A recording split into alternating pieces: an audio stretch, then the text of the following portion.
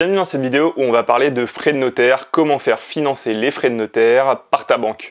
Je vais te donner dans cette vidéo 3 techniques pour faire financer tes frais de notaire par la banque. Alors 2 techniques qui sont complètement réglo et une dernière technique qui est un petit peu moins réglo, qui est un petit peu, comme on dit, borderline. Je m'appelle Florent, je suis entrepreneur investisseur depuis bientôt 4 ans. J'investis principalement sur la ville de Marseille, mais également en Île-de-France et à Bordeaux. Aujourd'hui, j'ai près d'une trentaine de biens et je me suis spécialisé en location courte durée. J'ai près de 15 biens sur cette stratégie et à travers cette vidéo, j'essaie de te partager mes connaissances et l'expertise que j'ai accumulée ces dernières années. J'ai eu affaire de nombreuses fois aux banquiers pour pouvoir faire financer mes projets. J'en ai ressorti un certain nombre de techniques qui permettent notamment de faire financer tes frais de notaire et je voulais partager ça avec toi à travers cette vidéo. Alors avant de rentrer dans le vif du sujet, concernant la dernière technique que je te donnerai en fin de vidéo, je ne t'encourage pas à la faire, mais je te dis simplement ce qui se fait. À toi de voir après si tu prends le risque ou non de le faire. Alors, comment faire financer ces frais de notaire par la banque? Avant de répondre, on va bien mettre les choses en place. Oui, il est tout à fait possible de faire financer ces frais de notaire par la banque. C'est ce qu'on appelle dans le jargon un financement à 110%. La banque finance ainsi l'acquisition de ton bien et les frais de notaire associés. Tu peux également réussir à inclure les frais de garantie, les frais de dossier et tout ce qui va autour. Ma toute première opération, quand je n'étais pas encore investisseur, a été financée à 110%. Et depuis, j'ai également réussi à financer plusieurs opérations en utilisant différentes techniques. Alors, comment procéder? La banque n'aime pas vraiment financer les frais de notaire puisque c'est un risque supplémentaire pour elle. Déjà, la somme qu'elle te prête est plus importante et elle n'a pas de garantie tangible sur cette somme. Contrairement à l'acquisition de ton bien où elle va te prêter une somme en échange d'une hypothèque sur ce bien qui a une valeur. Là, quand elle te finance les frais de notaire, elle te finance finalement des frais. Donc elle te finance finalement un petit peu comme si c'était de la trésorerie où derrière, il n'y a rien de tangible, il n'y a rien en compensation de ce financement. Un petit peu comme un prêt à la consommation finalement. D'ailleurs, petite parenthèse, il en est de même pour les travaux. Les banques sont souvent réticentes à financer des montants de travaux trop élevés. Car même si elles comprennent bien qu'il s'agit de valoriser ton bien pour le louer plus cher ou tout simplement le réhabiliter, le rénover, c'est pour elles un risque. Un risque que les travaux ne soient jamais achevés, mal faits, ou qu'il y ait un problème qui pourrait compromettre par la suite la mise en location de ton projet et qui dit pas de location, dit pas de loyer, donc pas de remboursement de crédit. Ce n'est pas un chiffre exact que je vais te donner, mais quand les travaux que tu prévois dépassent 40% du prix d'acquisition de ton bien, la banque risque de commencer à tiquer. Bon voilà, je ferme la parenthèse. Comme j'ai pu l'évoquer dans une précédente vidéo, où il est de manière générale plus facile d'obtenir un crédit immobilier pour une résidence principale qu'un projet locatif, il en est de même pour les frais de notaire. Il peut arriver pour une résidence principale que la banque propose d'elle-même de te financer tes frais de notaire. Alors que pour un projet locatif, il est plutôt d'usage que l'investisseur finance les frais de notaire. J'ai dit d'usage, pas obligatoire. Donc la première technique est simplement de demander. Tu ne seras pas le premier ni le dernier. Dans le pire des cas, on te dira non et dans l'autre, on te dira oui. Ça te prend 1 minute pour économiser 8% du coût total de ton bien en trésorerie. Donc ça en vaut le coup quand même. Tu risques tout de même de te prendre un refus de la part de ton partenaire bancaire si tu n'as pas des arguments suffisamment solides à lui avancer. Donc je vais te parler d'une deuxième technique qui est un peu un tour de magie que tu vas jouer à ton banquier. Tu vas faire ce que l'on appelle un acte en main. Un acte en main, qu'est-ce que c'est? Un acte en main, c'est la faculté de faire supporter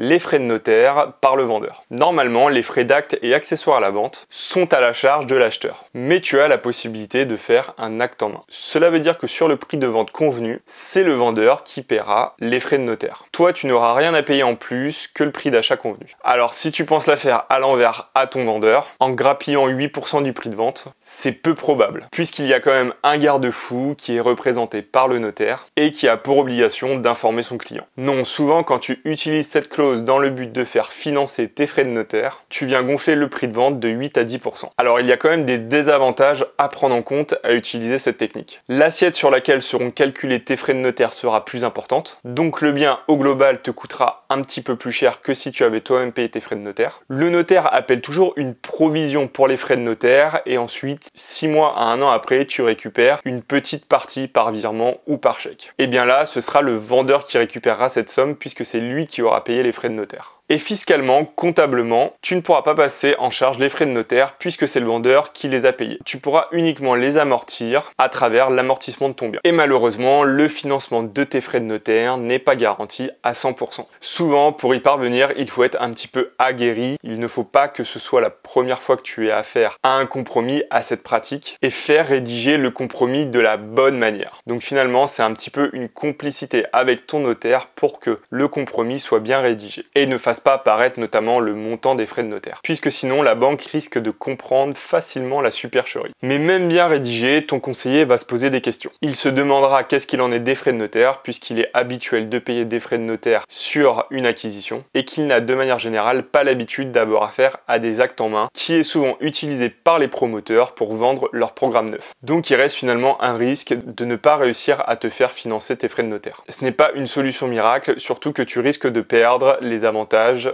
dont je t'ai parlé juste au-dessus. Donc faire un acte en main, c'est une bonne solution pour réussir à faire financer ses frais de notaire, mais encore une fois, il faut bien le faire. Il faut que tu aies bien conscience également des désavantages que tu as avec le fait de ne plus pouvoir passer tes frais de notaire en charge. Mais c'est une technique tout de même, si elle est bien menée, si elle est bien faite, qui fonctionne tout de même très bien. Donc pèse le pour et le contre entre le fait de te faire financer tes frais de notaire, les désavantages que tu vas avoir, ou bien le fait de financer toi-même tes frais de notaire ou de simplement demander et voir si tu arrives à obtenir un financement sur tes frais de notaire ou bien en les apportant toi-même en apport sur ton projet. Puisque d'un côté, tu fais financer les frais de notaire avec l'acte en main, mais tu payes un peu plus de frais de notaire, puisque comme je t'ai expliqué, l'assiette taxable est un petit peu plus importante. Tu ne récupères pas le surplus de la provision et tu perds le fait de pouvoir passer en charge tes frais de notaire qui passeront du coup en amortissement dans la globalité de ton bien. Mais tu conserves ta trésorerie. De l'autre côté, tu finances toi-même tes frais de notaire. Si jamais la banque ne veut pas les financer, tu peux les passer en charge, tu récupères le trop versé sur la provision et tu payes le prix juste de tes frais de notaire. Alors mon avis là-dessus, à titre personnel, j'ai déjà fait appel à l'acte en main pour faire financer mes frais de notaire. Ça fonctionne plutôt très bien, même si une fois pour moi ça n'a pas fonctionné, puisque comme je te l'ai dit, mon conseiller, mon banquier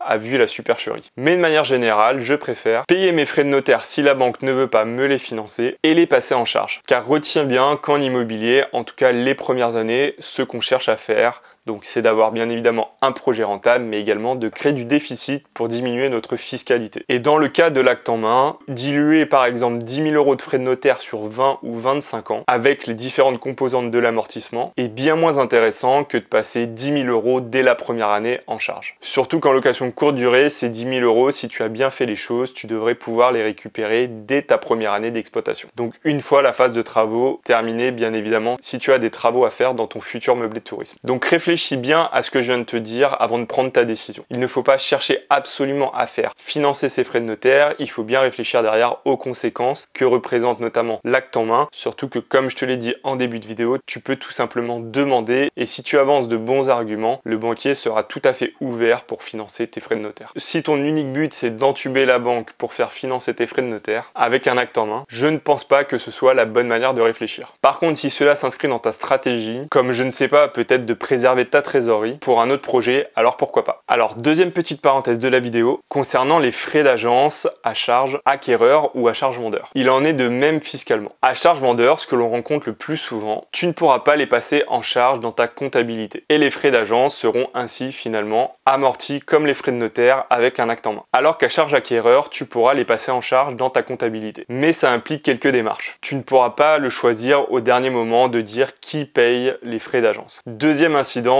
tout comme les frais de notaire, c'est au niveau de la banque. Si les frais d'agence sont à charge acquéreur, elle pourra te dire, comme les frais de notaire, qu'elle ne souhaite pas les financer, même si le refus est de manière générale plus rare que pour les frais de notaire. Donc voilà, je ferme cette deuxième parenthèse, mais c'était pour te dire que les frais d'agence finalement fonctionnent comme les frais de notaire au niveau comptable, mais également au niveau de ta banque. Alors, je t'ai dit que je te parlerai de 3 techniques. Là, je t'en ai parlé de 2, place à la 3e. Donc, c'est une technique qui est un petit peu controversée, et comme je te l'ai dit en début de vidéo, je ne t'encourage pas à le faire. Je te dis juste ce qu'il se fait, après tu es grand, tu fais comme tu veux. Alors, tu sais que la banque va refuser la première technique, et tu n'es pas à l'aise avec la seconde, avec celle de l'acte en main, surtout que je t'ai dit que le succès n'était pas assuré à 100%. Donc la dernière consiste en fait à gonfler ton budget travaux du montant de tes frais de notaire. Je m'explique. Tu as en vue l'acquisition d'un bien, tu as budgétisé une enveloppe travaux de 20 000 € que tu souhaites faire financer par ta banque et tu as sur ce bien 10 000 € de frais de notaire. Donc tu vas demander à ta banque le financement de ton bien plus de tes travaux. Eh bien tu vas demander une enveloppe de travaux non pas de 20 000 € mais de 30 000 €.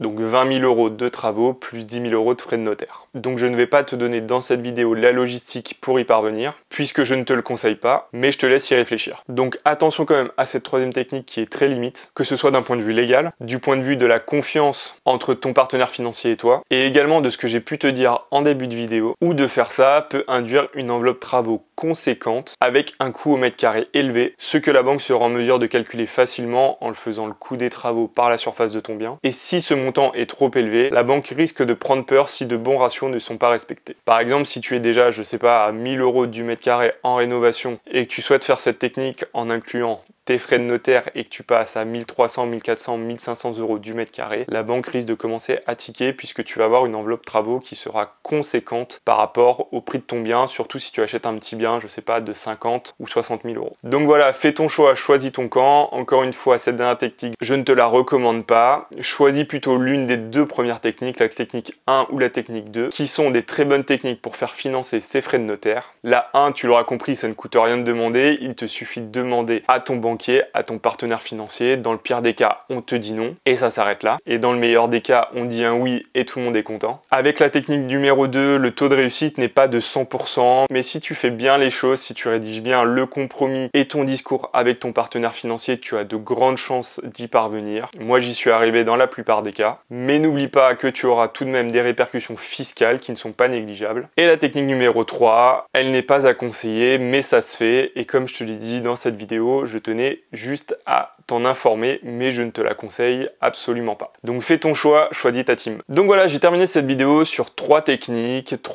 pour faire financer tes frais de notaire. Si tu as apprécié cette vidéo, abonne-toi à la chaîne, laisse-moi un petit pouce et actionne la petite cloche pour être au courant de mes prochaines vidéos. Tu peux également me retrouver sur les réseaux sociaux en cherchant Florent Richard sur Instagram ou Florent RCD sur Facebook.